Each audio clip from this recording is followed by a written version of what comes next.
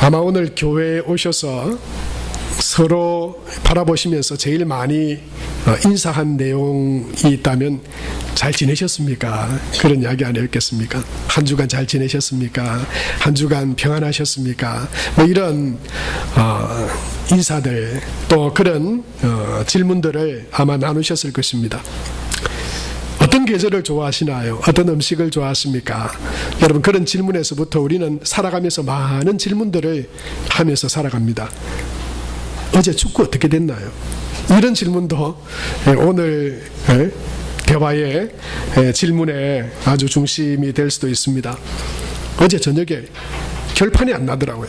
저도 좀 보다가 말씀을 준비하고 일찍 자려고 하는데 결판이 안 나서 연장전까지 가는 걸 보고는 그냥 방으로 들어가 버렸습니다. 근데 조금 있다 보니까 와 하더라고요.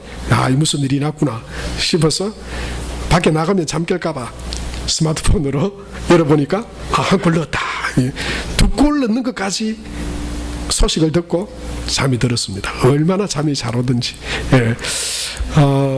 말도 많고 탈도 많았지만 그래도 우리나라를 대표하는 선수들이 그런 게임에서 좋은 소식, 승리의 소식, 금메달 소식을 전해주니까 얼마나 좋은지 모르겠습니다. 여러분, 우리는 많은 질문들을 하면서 살아가는데요, 또 그 질문과 어떤 질문을 하고 어떤 답을 하는가, 그게 참 중요합니다. 그렇지만 저는 그다지 중요하지 않는 질문을 여러분들께 몇 가지 한번 드리려고 합니다. 여러분, 절 좋아하세요? 대답을 하셔야죠. 절 좋아하세요? 교회를 좋아하셔야죠. 저를 좋아하시면 되겠습니까? 여러분, 답은 저는 교회를 좋아합니다. 누가 절 좋아하세요? 그러면 아니요, 저는 혹시 제가 저를 좋아하세요? 그러면 여러분이 예 그러셔야 되는데 절 좋아하세요? 그러면 교회를 좋아한다고 그러죠. 여러분, 이 질문에는 어떻게 답하겠습니까? 네가 정말 원한다면 뒤에 뭐가 따라 나와야 될까요? 내가 다 해줄게, 뭐 이런 내용입니까? 아닙니다. 나는 네모할게. 여러분, 이게 미안합니다, 아재 개그입니다. 원한다면 나는 네모 줄게, 그런 이야기입니다. 여러분, 이건 아마 쉽게 맞추실 것 같은데, 삶은 계란입니까? 달걀입니까? 뭐 병아리 알입니까? 뭐 어떻게 됩니까? 뭐 계란이다, 뭐 달걀이다, 그렇게 말할 수 있겠죠. 여러분, 오해하지 마시고 이 질문을 보시기 바랍니다. 너 남자랑 해봤어? 그럼 뭐라고 대답해야 되죠? 아니, 나는 남자랑이 뭡니까? 남자랑. 아니, 나는 내 자랑만 해. 이게 답이라고 그래요. 여러분, 하시는 거 보니까 어디 가서 서먹어도 될런지 모르겠습니다. 아재 개그입니다, 아재. 좀 연세 있는 분들이 이렇게 개그로 사용할 만한 내용인데요, 어떤 질문에 내가 어떻게 답하는가, 그게 참 중요하죠. 어떤 질문을, 공부 잘하는 사람들은 또 질문을 잘합니다. 그리고 공부 잘하는 사람 당연히 또 정답을 잘 알죠. 성경에도 보면 아주 중요한 질문을 던졌던 그런 사람들이 있습니다. 대표적인 사람이 사도 바울이라고 할 수 있죠. 사도 바울은 그가 하나님을 알았지만 하나님이 보내신 예수님을 구원자로 인정하지 않았습니다. 그가 인정할 수 없었습니다. 그런데 도리어 핍박했죠. 다메섹 길을 가다가, 그런데 그를 부르시는 주님의 음성을 듣게 됩니다. 그리고 그의 눈이 감겨져 버립니다. 어두워져 버립니다. 그때 음성이 들려옵니다. 네가 왜 나를 핍박하느냐. 그 음성을 듣고 사울이 되었을 때 뭐라고 그럽니까? 주여 니시나이까. 주여 니시나이까. 그래서 예수님이 그렇게 말씀하시죠. 나는 네가 핍박하는 예수다. 그 이야기를 듣고 또 질문을 던집니다. 주여, 내가 무엇을 하리까? 그렇게 반응을 하며 나가죠. 질문을 던지고 예수님을 알고, 그리고 예수님을 만난 자로 그가 어떻게 살아가야 될지를 그 질문을 통해서 우리가 확인할 수 있습니다. 여러분, 그런 바울의 질문들, 우리도 그런 직접적인 질문이든 아니든 우리도 바로 그런 과정을 통해서 예수님을 믿게 됐죠. 예수님이 누구신지 알므로 내가 하나님을 예배하고 구원받은 자로 서게 되고, 그리고 그 안에서 내가 어떻게 살아가야 될지를 우리는 묻고 깨닫게 됩니다. 그런데 오늘 성경에 보면 또 다른 질문 하나가 있습니다. 그것은 바로 세례 요한의 질문인데요. 3절에 보면 이렇게 그 질문이 기록되어져 있습니다. 우리 같이 한번 읽겠습니다. 예수께 여짜오되 오실 그이가 당신이 오니까 우리가 다른 일을 기다려오리까? 그렇게 물었어요.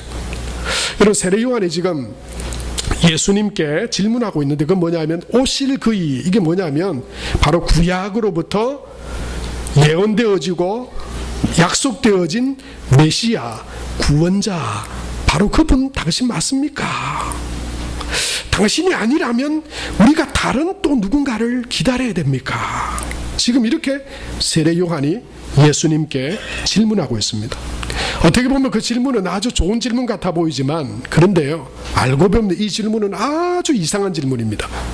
왜냐하면 세례 요한이 지금 예수님께 질문하고 있는 것이기 때문입니다.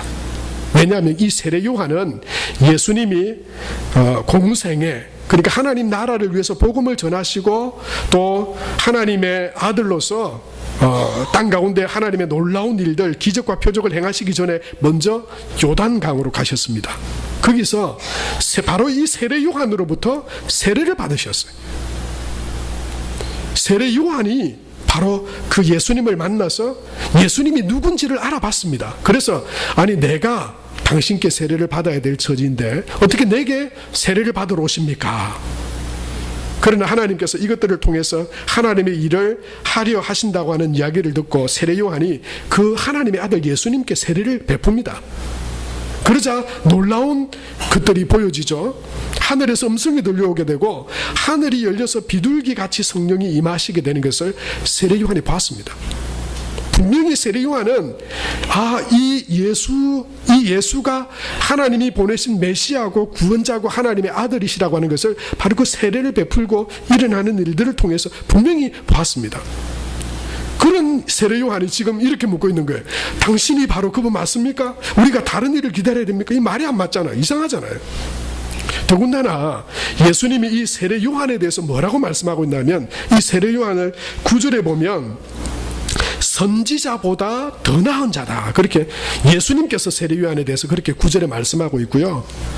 또한 10절에 보면 여자가 낳은 자 중에 세례 요한보다 큰 이가 일어남이 없다, 그렇게 말할 정도로 세례 요한은 인류 역사상 아마 이 인간으로 예수님 그 말씀을 하실 그 당시에 세례 요한보다 더 크고 위대한 인물로 이 땅 가운데 있는 자가 없다 말하실 정도로 세례 요한은 그 예수님께 인정받는 자이고 칭찬받는 자이고 대단한 사람이었습니다. 무엇보다 그는 예수님을, 그 세례를 베풀고 또 행하시는 것들을 통해서 본 사람입니다.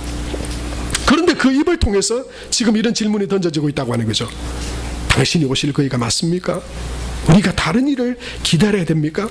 여러분, 이 질문에는 어떤 것이 숨겨져 있습니까? 지금 그 믿음이 흔들리고 있고 그 믿음이 의심으로 차 있고, 그래서 내가 다시 한번 그것을 예수님께 직접 확인해 보아야 되겠다고 하는 지금 그 믿음이, 그 마음이 흔들리고 있는 것이죠. 의심이 생기고 있는 것이죠. 여러분, 성경은 여기까지밖에 보여주지 않습니다. 그런데 우리는 한번 여기에 물음표를 한번 찍어볼 필요가 있습니다. 왜 그 세례 요한이 지금 그런 처지가 되었나? 그렇게 예수님을 보고 직접 경험했던 세례 요한이 어떻게 지금 예수님이 지금 메시아가 맞습니까? 우리가 다른 일을 기다려야 됩니까? 어떻게 이런 그런 흔들리는 믿음, 의심이 있는 믿음 가운데 그가 지금 서게 되었느냐 하는 것입니다. 여러분, 그것은요, 우리가 오늘 2절 말씀을 통해서 힌트를 얻을 수 있는데, 2절에 보면 이렇게 말씀하고 있어요. 우리 같이 한번 볼까요? 요한이 옥에서 그리스도께서 하신 일을 듣고 제자들을 보내었다, 그렇게 말씀했어요. 지금 세례 요한이 예수님께 이 질문을 던진 건 직접 그가 찾아간 것이 아니었어요. 직접 갈 수 없습니다. 왜냐하면 지금 감옥에 있어요. 지금 감옥에 갇혀져 있어요. 세례 요한이 법을 어겼어, 또는 나쁜 짓을 해서, 몹쓸 짓을 해서 갇힌 게 아니라, 사실 세례 요한은 이 당시에 이 유대 땅을 다스리고 있던 헤롯 안디바라고 하는 이 왕이 자기의 철을 버리고 그의 동생 빌립이라고 하는 동생의 철을, 헤로디아라고 하는 그 동생의 철을 데리고 와서는 그 동생의 처와 결혼을 해버렸어요. 그럼 그게 무슨 일입니까? 이게 어떻게 일어날 수 있는 일입니까? 이 세례 요한은 그것은 하나님께서 기뻐하시지 않는 일이라고 직언을 했습니다. 그건 잘못된 일이라고, 당신의 아내를 다시 데리고 오고 당신의 동생의 아내를 당신의 동생에게로 돌려보내라고. 그러자 여러분, 그때는요 이 왕의 권위가 하늘을 찌를 듯이 높았어요. 당장 그 세례 요한을 잡아다가 감옥에 집어넣어 버린 것입니다. 지금 그 감옥에서 사방이 막혀서 그 스스로도 예수님 앞에 나아갈 수 없는 그런 환경, 그런 상황이죠. 지금 세례 요한이 예수님께 그렇게 질문하고 있는 것은요, 그 상황이, 감옥이라고 하는 상황 가운데에서 질문하고 있는 것입니다. 여러분, 그것이 전부라고 할 수 없지만, 그러나 우리가 성경을 통해서 한 가지 보게 되는 것은, 우리의 믿음과 우리의 마음은 상황과 환경에 영향을 많이 받는다고 하는 거예요. 기쁘고 아무 일이 없을 때는 하나님을 믿고 예배하는 것이 아무런 문제가 없어 보입니다. 그런데 감옥입니다. 그런데 문제가 생겨요. 그런데 믿음의 생활을 하는데도 어려움이 생겨요. 여러 가지 감옥들이 우리에게 찾아옵니다. 내가 꼼짝달싹할 수 없는 질병의 감옥들도 있습니다. 내 힘으로 도저히 극복이 되지 않는 물질적인 감옥이 우리 가운데 다가오기도 합니다. 내가 아무리 노력해도 변화되지 않을 것 같은 내 인생의 감옥 같은 것들이 우리에게도 다가옵니다. 그러면 그렇게 내가 믿고 확신했던 우리의 믿음도 어느 순간 그 감옥 같은 환경 속에서 정말 주님이 맞습니까? 정말 주님이 나의 주님이십니까? 이런 신앙의 회의와 흔들림이 때때로 찾아올 수 있다고 하는 것입니다. 여러분, 우리가 인간인 이상 우리 모두에게 그것은 아마 예외가 아닐 것입니다. 목사인 저에게도, 여러분에게도. 저는 우리 송도 영광교회 와서 어떤 은퇴하신 노호 목사님, 여러분 이름만 되면 다 알 그 교회 원로 목사님이 저하고 식사를 하면서 그런 이야기를 하시더라고요. 아, 목사님, 시험은 나이하고 상관이 없는 것 같아. 은퇴하시고 이제 다 손을 놨는데도 계속 시험이라는 게 뭡니까? 고난이죠. 어려움이죠. 예수를 믿고 이때까지 믿음으로 지내왔는데도 어려움이 또 오더라는 거예요. 그래서 그분은요, 그래서 또 기도의 자리로 또 들어가더라고요. 여러분, 어떤 사람도 우리는 사실 예외가 될 수 없습니다. 왜냐하면 우리는 다 이 세상이라고 하는 환경 가운데 살아가기 때문이죠. 어떤 때는 좋은 때도 있고, 어떤 때는 원하지 않지만 어렵고 힘든 상황도 우리 가운데 다가옵니다. 특별히 믿음은 그런 감옥이라고 하는 어려운 상황들에서 때로는 우리의 믿음이 흔들리기도 합니다. 성경에는요, 그런 예들을 우리에게 무수히 보여주고 있습니다. 거대한 왕국을 건설했던 다윗 한 사람도 눈에 보이는 그 바세바라고 하는 한 여인에 의해서 흔들립니다. 그 믿음이 왕창 흔들립니다. 어떻게 부하의 아내를 취할 수 있단 말입니까? 그런데도 그 상황에 흔들려 버립니다. 죄를 지어버리는 거죠. 믿음이 그냥 바닥이 되어버리는 거죠. 하늘에서 불이 내리게 하고 3년 6개월 동안 비가 내리지 않는 그때에 하나님의 능력으로 비를 내리고 불을 내렸던 엘리야도 한 여인의 그런 어려움으로 인해서 어떻게 말하냐면, 하나님, 엘리야가 그렇게 말해요. 하나님, 이제 족합니다. 이제 저를 그냥 데려가 주셔도 좋습니다. 그러면서 도망을 갑니다. 이래저래 도망을 가고 어려움 가운데 그가 놓이게 되는 것을 볼 수 있어요. 여러분, 모세도 마찬가지예요. 위대한 지도자 아닙니까? 모세는 하나님 앞에 정말 위대하게 쓰임받았던 모세 아닙니까? 그런데 모세도 이 환경 가운데, 감옥 같은 환경이 놓여지게 됩니다. 광야 가운데서 백성들이 먹을 것이 없다고, 우리 제발 고기 좀 먹여달라고, 애굽에서 지내던 때 얼마나 좋았냐고. 부추에 고기에 우리가 실컷 먹었는데 이 광야에서는 이 맛대가리 없어 보이니 만나밖에 먹을 것이 없다고. 원망하고 불평하자 모세도요 막 화가 머리 끝까지 올라왔어. 그 하나님께서 모세를 부르세요. 모세야 모세야, 내가 걱정하지 마. 내가 한 달 동안 신물이 나도록 내가 고기 먹여줄게. 그러자 모세가 뭐라는 줄 아세요? 하나님, 양떼와 소떼를 다 잡은들, 바다에 있는 물고기를 다 잡은들, 우리가 60만 명입니다. 어린아이와 부녀자들까지 하면 100만 명이 넘습니다. 어떻게 아니 수산시장을 다 털어도 이걸 지금 얼마나 먹이겠냐고. 모세가요 믿음이 곤두박질죠. 바닥이 돼요. 그 상황 가운데, 감옥 같은 상황 가운데 그의 믿음도 밑바닥을 칩니다. 어떻게 하나님께서 이걸 하실 수 있겠습니까? 그러자 유명한 말이 나오죠. 하나님이 손이 어디 있겠습니까마는 여호와께서 이르시되 내 손이 짧으냐? 하나님 그런 말씀. 내 손이 짧으냐? 이런 어려움 없을 때는 막 하나님이 막 다 하실 수 있는 것 같으면 그렇게 이야기하다가 이제 너 지금 어렵고 도저히 막 이제 짜증이 나고 힘들어서 이제 못하겠습니다. 이런 상황이 되니까 하나님도 없다, 막 하나님도 안 된다. 지금 그런 상황이 된 거잖아요. 세례 요한도 예배는 아니었습니다. 사랑하는 성도 여러분, 혹시 저와 여러분도 여러분 여기에서 예배가 될 수 없습니다. 나는 절대 내 믿음은 안 흔들려. 착각입니다. 우리도 그런 감옥 같은 환경이 찾아오면 무의롭고 그리고 기쁘고 잘 될 때는 막 날아갈 것처럼 하나님 앞에 감사하고 기뻐하고 찬양하다가도 여러분 우리에게도 감당할 수 없는 감옥과 같은 어려움과 고난과 환경이 닥치면 정말 이 길이 맞나? 정말 예수님이 나의 주님이신가? 정말 예수님이 살아계신가? 그런 마음이 때때로 찾아올 수 있다고 하는 것이죠. 여러분, 흔들리는 게 죄는 아닙니다. 왜냐하면 하나님도 우리의 연약함을 아시니까. 우리가 살아가는 이 세상이 녹록하고 우리 마음대로 뜻대로 안 된다는 거 하나님도 아시니까. 우린 다 흔들릴 수 있습니다. 사탄이 우리를 흔듭니다. 세상이 우리를 막 흔듭니다. 왜요? 흔드는 목적은 하나입니다. 예수님에 대해서 회의를 품고 그 믿음을 흔들어 낙심시키고 절망시키려고 하는 것이죠. 넘어지면 안 됩니다. 그래서 흔들리는 건 어쩔 수 없지만 그러나 넘어지면 안 됩니다. 상황과 환경에 믿음을 잃어버리면 안 됩니다. 그래서 그것에 대한 이 세례 요한의 답도, 그 환경의 감옥 속에서 그의 믿음이 흔들리고 있었지만 그러나 그 믿음을, 그 흔들림을 극복하는 답도 사실은 세례 요한에게서 발견할 수 있습니다. 그것은 바로 기도입니다. 우리가 흔들려 절망하고 낙심하지 않게 되고 우리를 흔들고 우리의 믿음을 넘어뜨리려고 하는 그 모든 시험에서 우리가 이길 수 있는 길은 예수님 앞에 그 흔들림을 가지고 나아가는 것입니다.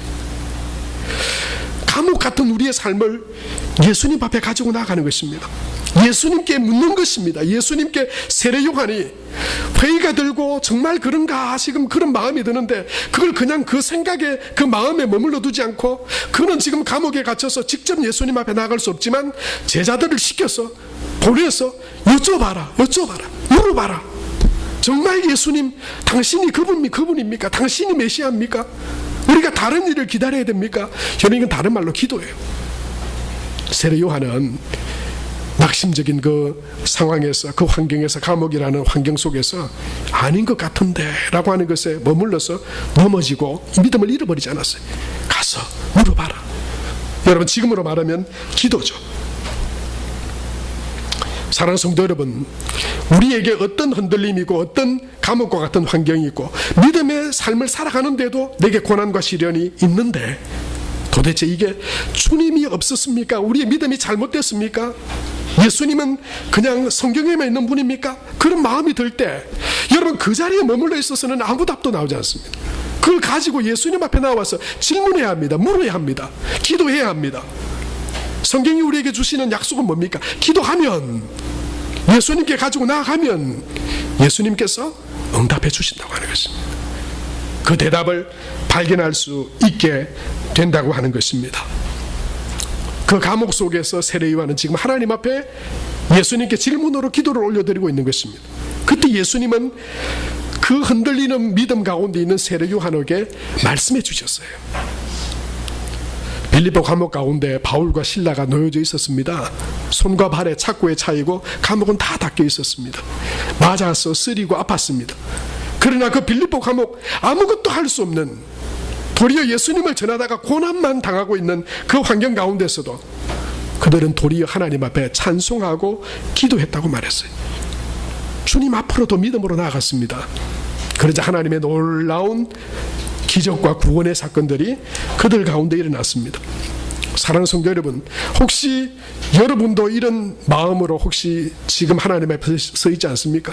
하나님 믿어도 고난은 계속 오던데, 내가 하나님께 예배 드려도 질병도 오고 어려움도 오고 실패도 하고 좌절도 하게 되던데, 혹시 내가 예수님을 믿는데 이 예수님 믿는 게 헛것 아닌가? 여러분, 혹시 그 감옥 속에서 그런 믿음의 회의와 그런 절망적인 상황 가운데 살아가고 있지 않으세요? 그 가운데 머물러 있다면 흔들리다가 자빠질 겁니다. 흔들리다가 그 있는 믿음까지 다 잃어버릴 것입니다. 그러나 그 흔들림을 가지고 예수님 앞에 질문을 던지고 예수님 앞에 기도하며 나아갈 때 하나님께서 건져주시고 깨닫게 해주시고 응답해 주실 줄로 믿습니다. 여러분, 그곳까지 나아가는 저와 여러분이 될 수 있게 되길 바랍니다.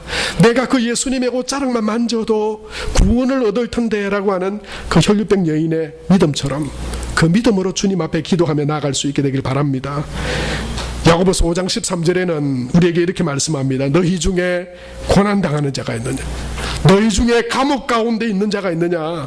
내 힘으로 도리어 더 어려움 가운데 있는 자가 있느냐? 그는 기도할 것이요. 그는 기도할 것이요. 여러분, 기도는 강력한 승리하게 되는 능력과 힘인 줄로 믿습니다. 시편 91편 14절에서 15절 말씀에 보면 하나님께서 우리에게 이렇게 약속하고 계세요. 14절 15절 같이 한번 읽겠습니다. 하나님이 이르시되 그가 나를 사랑한즉 내가 그를 건지리라. 그가 내 이름을 안즉 내가 그를 높이리라. 그가 내게 간구하리니 내가 그에게 응답하리라. 그들이 환난 당할 때에 내가 그와 함께하여 그를 건지고 영화롭게 하리라. 여러분, 이 하나님의 약속의 말씀을 붙드는 저와 여러분 될 수 있게 되기 바랍니다. 예수님, 정말 예수님입니까? 다른 일을 기다려야 됩니까? 라고 묻는 그 세례 요한의 질문에 예수님은 4절과 5절에 보면 이렇게 말씀하십니다.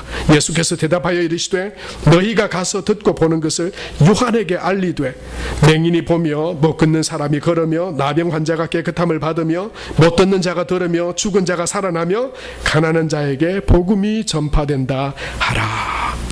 여러분, 이걸 모아서 한 단어로 한 문장으로 말하면 바로 내가 그다 라고 하는 말씀이에요. 틀리지 않았다. 그게 맞다고.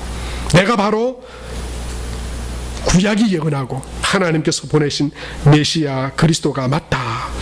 예수님은 그에게 응답해 주셨습니다.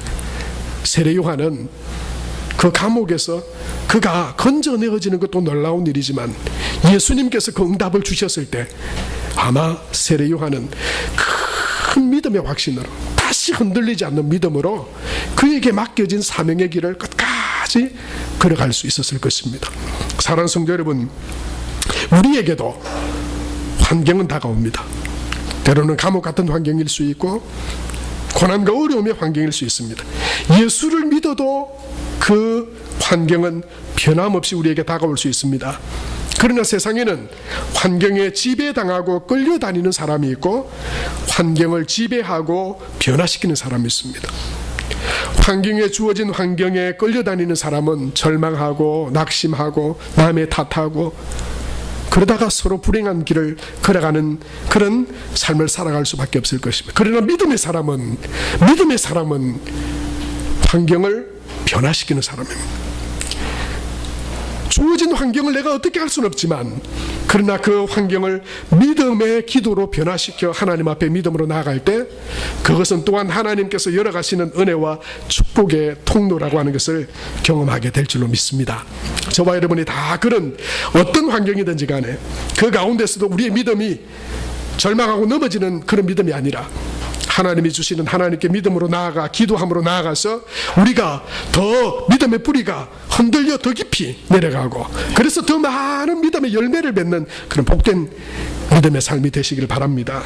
세례 요한이 그가 예수님을 그렇게 분명히 믿고 아는 자였지만 그 믿음에 대해서 회의하고 의심스러워지게 된 것은 단지 감옥만은 아니었습니다.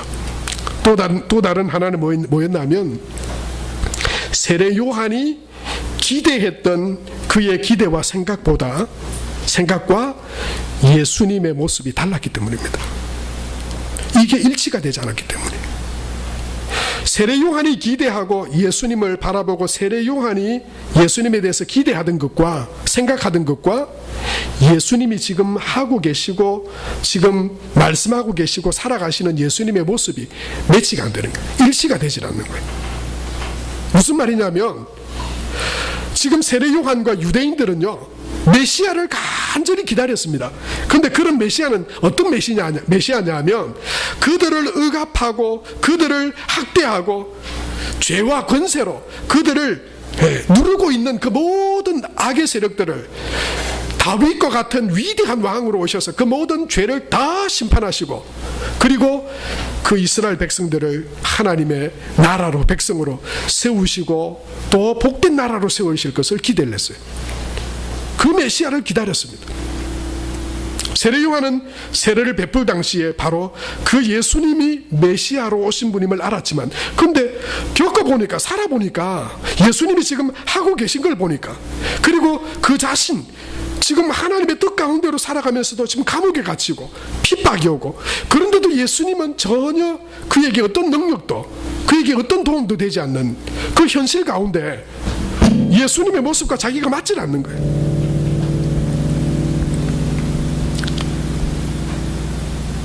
세례 요한뿐만 아니고 여러분, 유대 백성들이 다 그런 메시아를 기다렸습니다. 그들을 억압과 로마의 통치로부터, 압제로부터, 그리고 가난과 절망으로부터 예수 믿으면 다 잘 될 거야. 메시아가 오면 그냥 행복 끝, 불행 끝, 행복 시작될 거야. 고통도 근심도 염려도 없게 될 거야. 그런 마음으로 메시아를 기다렸다고 하는 거예요. 근데 정작 예수님이 오니까 예수님은 용서하시고 구원을 선포하시고 회개하라 하시고 전혀 그 나라를 다시 일으키고 그들이 기대하던 그 만족과 행복을 예수님이 주시지 못할 것처럼 보이는 거예요. 세례 요한의 생각과 그 이스라엘 백성들의 생각과 예수님의 모습이 다른 거예요. 거기에서부터 의심이 일어나기 시작했습니다. 지금도 유대인들은 유월절을 지날 때 그 유월절 식탁에 빈 의자 하나를 놔둔다고 합니다. 그 빈 의자는 무슨 의자일까요? 아직 안 오셨는데 오실 메시아를 기다리는 의미와 상징의 의자를 아직도 두고 있다고 그래요. 아직도 그들에게 예수는 메시아가 아니고 구원자가 아닙니다. 왜요? 무엇 때문에요? 하나님은 분명히 그 약속의 말씀을 따라 예수님을 이 땅 가운데 보내시고 십자가를 통해 구원을 이루셨는데, 그들은 여전히 예수님을 메시아로 구원자로 인정하지 않습니다. 왜요? 자기 기준과 자기 생각에 안 맞으니까. 하나님의 말씀과 맞지 않아서가 아닙니다. 그들이 기대하던 것과는 달랐기 때문에. 혹시 여러분 그렇지 않으세요? 예수님 믿으면 그냥 어려움도 없고 질병도 떠나가고 아프지도 않고 자녀들은 다 잘 될 거고 사업은 번창할 거고, 혹시 여러분 그런 기대로 예수님 믿지 않으세요? 만약에 그런데 그게 아니라고 생각해요. 예수 믿어도 아프고 실패하고, 그럴 때 여러분 어떤 마음이 들까요? 세례 요한하고 똑같은 마음이 안 들까요? 이게 뭐지? 여러분, 그런데 그렇게 믿고 판단하는 근거가 뭡니까? 내 생각이에요. 내 생각. 막연히 내가 그렇게 생각하는 거예요. 교회 다니면 잘 될 거야. 교회 다니면 복 받는데 아프지도 않고 치료받고 사업은 잘 되고 애들은 공부 잘하고 가정은 행복하고. 여러분, 그건 누구 생각입니까? 내 생각이에요. 내 생각으로 하나님을 지금 바라보고 있는 거예요. 내 생각에 하나님을 끌어들이려 맞추려고 그러는 거예요. 맞아집니까? 안 맞춰집니다. 안 맞습니다. 하나님은 그렇게 말씀하지도 않습니다. 예수님 믿으면 모든 것이 문제가 사라지고 다 잘 된다고요? 아닙니다. 예수 믿으며 살아가는 우리 삶에도 여전히 어려움과 고난들이 다가옵니다. 예수님을 통해서 하나님은 우리 영혼을 구원하시고 우리 죄를 멸하시고 하나님의 자녀되게 하시고 예수 그리스도를 통해 하나님께서 복을 주시길 원하지만, 그러나 그 복은요, 하나님의 말씀과 성경의 기준이 되어진 복입니다. 세상에 내 생각에 안 맞습니다. 세상의 사람들이 생각하는 복과도 맞지 않습니다. 여러분, 이게 간극이 생기면요, 이게 맞지 않으면 이거 신앙생활이 뒤죽박죽이 되어버립니다. 그건 온전한 믿음도 아닙니다. 내 생각대로 믿는 믿음이 무슨 믿음이 될 수 있어요? 내 생각과 맞지 않는다고 버려요? 그게 무슨 믿음입니까? 내 생각과 내 목표와 내 만족이 되지 않는 것이면 버릴 수도 있고 안 믿을 수도 있는 것이라면 그게 어떤 믿음일 수 있겠습니까? 예수님은 그래서 이렇게 말씀하시죠. 새 포도주는 어디다 부어야 된다고요? 새 포도주는 새 부대에.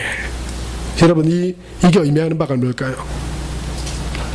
예수님을 믿고 예수님을 따르는 믿음의 사람들은 예수님의 생각과 마음을 가지고 살아가야 된다고 하는 것이죠.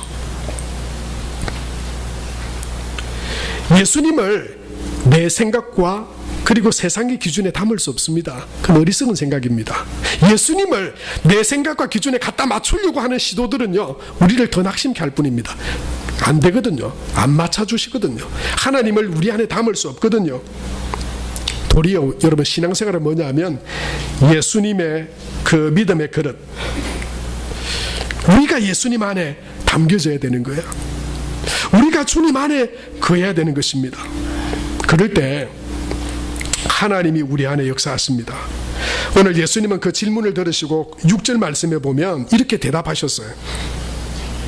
누구든지 나로 말미암아 실족하지 아니하는 자는 복이 있도다 하시니라. 여러분, 이거 그냥 읽고 넘어가면 이게 무슨 말인지, 이 상황에서 무슨 의미인지 잘 납득이 안 될 수 있습니다. 누구든지 나로, 이 나는 누굽니까? 예수님이거든요. 예수님으로 말미암아 실족한다고 하는 게 무슨 의미일까요? 여러분, 좋은 믿음의 관계 속에서는 이게 이해가 안 됩니다. 이런 일이 일어날 수 없습니다. 예수님과 내가 예수님 안에 가고 예수님을 내 생각의 기준에, 내 생각의 세상의 기준에 끌어맞추려고 하면 이건 우리가 예수님 안에 가는 믿음이 아니죠. 우리가 예수님 안에 거하면 실족하는 일이 없습니다. 그 안에는 하나님의 은혜와 기쁨이 있습니다. 그런데 여러분, 어떻게 이런 일이 일어날 수 있을까요? 예수님으로 말미암아 실족할 수, 넘어질 수 있대요. 걸려 넘어질 수 있대요. 이게 말하는 바가 뭐냐면, 나는 여전히 세상적인 기준과 생각을 가지고 살아가면서 예수님을 담으려고 할 때, 예수님을 믿으려고 할 때 안 맞는다고 하는 거예요. 그거는 어울리지 않게 된다고 하는 겁니다. 도리어 걸려 넘어지는 장애물이 될 수 있다고 하는 겁니다. 예수님의 장애물이 돼버려요. 예. 공동번역 성경 6절에 보면 이렇게 말씀되어 있습니다. 나에게 걸려 넘어지지 않는 사람은, 그렇게 말해요. 나에게 걸려 넘어지지 않는 사람. 어떤 사람이 걸려 넘어집니까? 예수님 믿고 걸려 넘어지고 자빠질 수 있는데요, 그건 예수님을 여전히 내 기준과 세상의 판단으로 그것을 이루기 위한 수단으로 예수님 바라보면 그 사람은 예수님에게서 걸려서 넘어져 버립니다. 사랑하는 성도 여러분, 믿음은 하나님을 내 생각과 내 만족에 맞추는 것이 아닙니다. 내 생각과 기준이 다르니 예수님은 없고 하나님은 없습니다. 그건 하나님을 믿지 않는 불신자의 생각입니다. 하나님을 내 기준에 끌어맞추려고 하지 마세요. 하나님은, 예수님은 내가 믿으니까 마땅히 나한테 이런 일을 해주셔야 되는 게 맞다고 생각하는 그 생각이 옳은 생각이 아닙니다. 도리어 믿음은 하나님의 말씀과 예수님의 생각에 내 삶을 맞추어 가는 것입니다. 그것이 온전한 믿음의 생활입니다. 그러면 절대 걸려 넘어지지 않습니다. 그 안에 하나님이 주시는 영생과 이 땅의 은혜와 복이 바로 그 안에 있습니다. 신앙은, 믿음은 나의 생각과 달라도 나의 삶을 하나님께 맞추어 가는 것입니다. 그러면 그 사람은 넘어지지 않습니다. 내 생각과 내 계획과 하나님의 계획은 다를 수 있습니다. 성경은 다르다고 말씀합니다. 이사야 55장 8절에서 9절에 보면 이렇게 말씀하세요. 이는 내 생각이 너희의 생각과 다르며 내 길은 너희의 길과 다름이니라. 그래서 우리 생각을 주장하면 안 됩니다. 내 생각으로 하나님을 잘했다 잘못됐다 있다 없다 말하면 안 됩니다. 내가 누군데요? 내가 뭔데 하나님을 그렇게 말할 수 있습니까? 하나님이 원래 계신 분입니다. 하나님이 원래 창조주십니다. 그러니까 하나님으로부터 나온 우리가 어떻게 내 생각과 내 판단에 맞춰서 하나님이 있다 없다, 하나님이 선하다 나쁘다 말할 수 없다고 하는 것이죠. 9절에 보면 이는 하늘이 땅보다 높음같이 내 길은 너희의 길보다 높으며 내 생각은 너희의 생각보다 높음이니라 말씀했어요. 여러분, 여기에 복된 길이 있습니다. 내 생각에는 이게 하나님 고난과 이런 감옥과 어려움과 질병들이 전혀 무익하고 도움이 안 되는 것 같은데, 그러나 그것을 하나님께서 이것을 통해서 뭘 하시려고 하는지를 하나님 앞에 나아가 믿음으로 구하면요, 그것들을 통해서 하나님이 하시는, 우리가 미처 생각하지 못했고 상상하지도 못했던 그런 하나님의 일들을 하나님은 하나님의 그 능력과 생각으로 해가실 줄 믿습니다. 고린도서 1장 25절에 보면 그래서 성경은 우리에게 이렇게 말씀합니다. 하나님의 어리석음이 사람보다 지혜롭고 하나님의 약하심이 사람보다 강하니라. 여러분, 내가 아니라 하나님을 의지하고 내 생각이 아니라 하나님의 생각을 붙들고 내 지혜와 능력이 아니라 하나님의 능력을 붙드는 그런 복된 믿음의 성도들 되시길 바랍니다. 내가 생각하기에, 여러분, 이것 때문에 망합니다. 내가 생각하기에 하나님은 그래서는 안 돼, 내가 생각하기에 예수 믿는데 이런 일이 일어나서는 안 돼. 아니요, 충분히 일어날 수 있습니다. 하나님은 그것들을 통해서, 그 일들을 통해서 지금 하나님의 일들을 해가려고 하십니다. 여러분, 우리가 그러면 어떻게 하면 우리와 내 생각과 하나님의 생각이 다르고 내 생각과 내 기준에 하나님을 끌어맞추는 것이 아니라 하나님의 생각과 뜻에 내 삶을 맞추어가는 그런 복된 믿음의 삶을 살아갈 수 있습니까? 그것은 예수님의 가르침과 성경의 가르침을 우리 삶의 기준으로 여기며 살아갈 때 그것은 가능해집니다. 내 생각과 세상의 사람들의 판단이 기준이 아니라 예수님의 가르치심과 하나님의 말씀이 기준이고 그것이 중심임을 우리가 믿고 그 가르치심과 말씀 안에 살아갈 때 우리는 더 이상 내 것을 주장하는 것이 아니라 하나님께서 우리 가운데 역사하시는 그 은혜들을 누리며 살아갈 수 있습니다. 요한복음 20장 31절에 보니까 하나님께서 우리에게 이렇게 말씀하십니다. 오직 이것을 기록함은 너희로 예수께서 하나님의 아들 그리스도임을 믿게 하려 함이요 또 너희로 믿고 그 이름을 힘입어 생명을 얻게 하려 하심이라. 그렇게 말씀하세요. 디모데후서 3장에는 바울이 디모데에게 이렇게 말합니다. 16절 17절 우리 다 같이 한번 읽겠습니다. 모든 성경은 하나님의 감동으로 된 것으로 교훈과 책망과 바르게 함과 의로 교육하기에 유익하니 이는 하나님의 사람으로 온전하게 하며 모든 선한 일을 행할 능력을 갖추게 하려 함이라. 무엇이요? 하나님의 말씀이. 내 생각이, 세상 사람들의 평가, 그것 때문에 우리 믿음이 우왕좌왕해서는 안 됩니다. 하나님의 말씀 가운데 우리가 굳게 써야 됩니다. 예수님의 가르침 가운데 우리가 굳게 써야 합니다. 그리고 그것을, 그 말씀을 우리의 한 날개로, 그리고 하나님 앞에 우리의 그 감옥과 같은 상황과 환경들을 기도함으로 기도의 날개를 펴서 하나님 앞에 나아갈 때 여러분, 그 흔들림은 넘어지고 자빠짐이 아니고 더 깊이 뿌리 내리게 해서 더 크고 풍성한 열매의 나무로 자라게 하는 그런 축복의 통로로 우리 가운데 다가오게 될 줄로 믿습니다. 사랑하는 성도 여러분, 어떤 상황들이 우리를 또 흔들지 모릅니다. 어떤 마음들이 예수님에 대한 우리의 믿음과 우리의 신앙을 흔들어 올지 모릅니다. 성경은 사탄이 마치 굶주린 사자같이 삼킬 자를 두루 찾는다고 말했습니다. 그러나 우리가 주 안에서 믿음 안에서 기도하며 말씀 가운데 우리의 삶을 담아 하나님 앞에 나아갈 때 날마다 승리하는 복된 믿음의 삶으로 살아가게 될 줄로 믿습니다. 기도하겠습니다. 하나님 아버지, 은혜를 감사합니다.